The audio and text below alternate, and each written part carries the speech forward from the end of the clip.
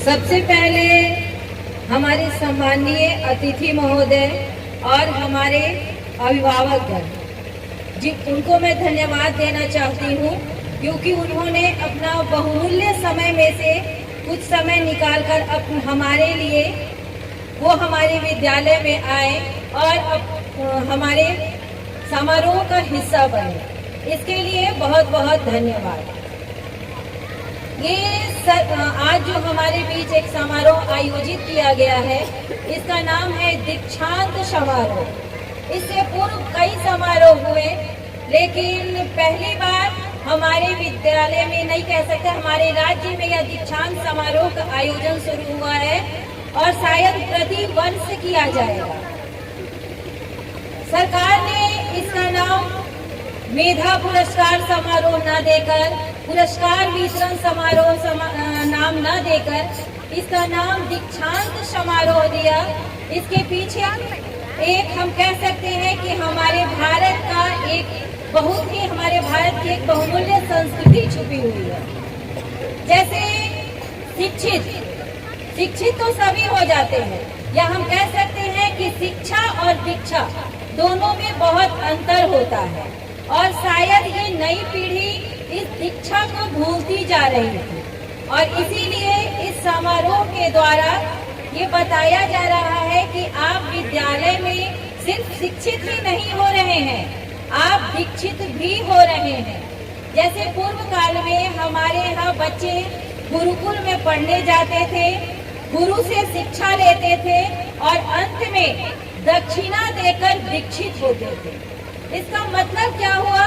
दीक्षा का मतलब होता है चेतना का विकास, उस चेतना का विकास जिससे आप सही रूप में मानव बन सके। इसके पीछे की एक छोटी सी कहानी बताते हैं कि एक बार जब ह्यूमन राइट्स के लिए विश्व में सभी जगह से लिया जा रहा था विचार कि ह्यूमन राइट्स किसे कहते हैं और इसके पीछे क्या क्या नियम कानून बनाने चाहिए, तो बहुत सारे विद्वान व्यक्ति के पास भी गया और उन सभी ने अपने अपने ढंग से सभी ने अपने विचार दिए।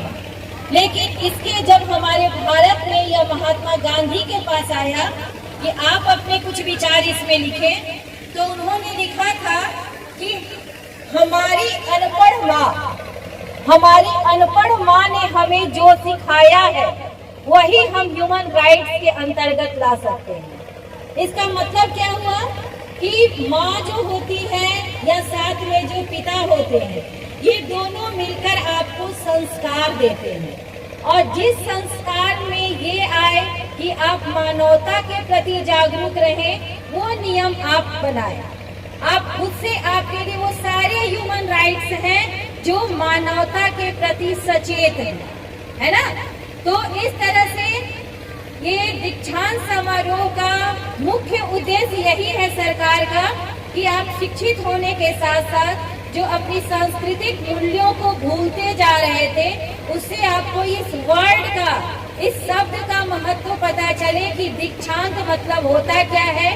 और विद्यालय में आपको जो तरह तरह की संस्कार सिखाए जाते हैं, उनको आप फॉलो करने की कोशिश करें।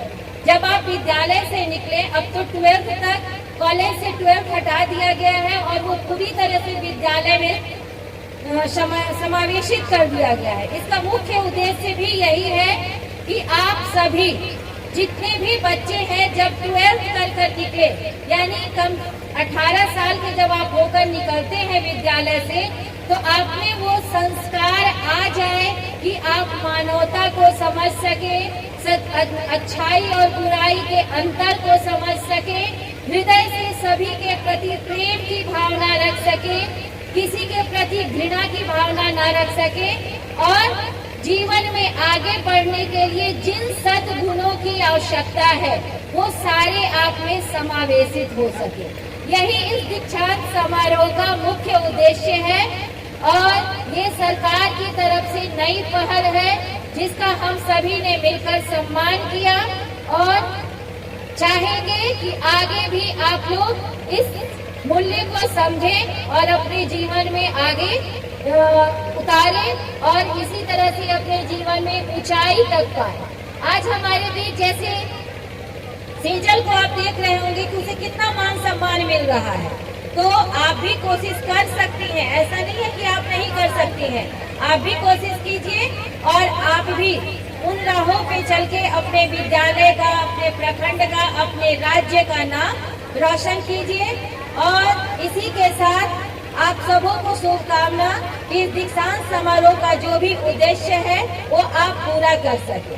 और अंत में धन्यवाद हम अपने उन सहयोगी जनों को दे रहे हैं जो हमारे विद्यालय के बहुत ही महत्वपूर्ण सदस्य हैं, जिनके बिना शायद हम यह समारोह संपन्न नहीं कर पाते।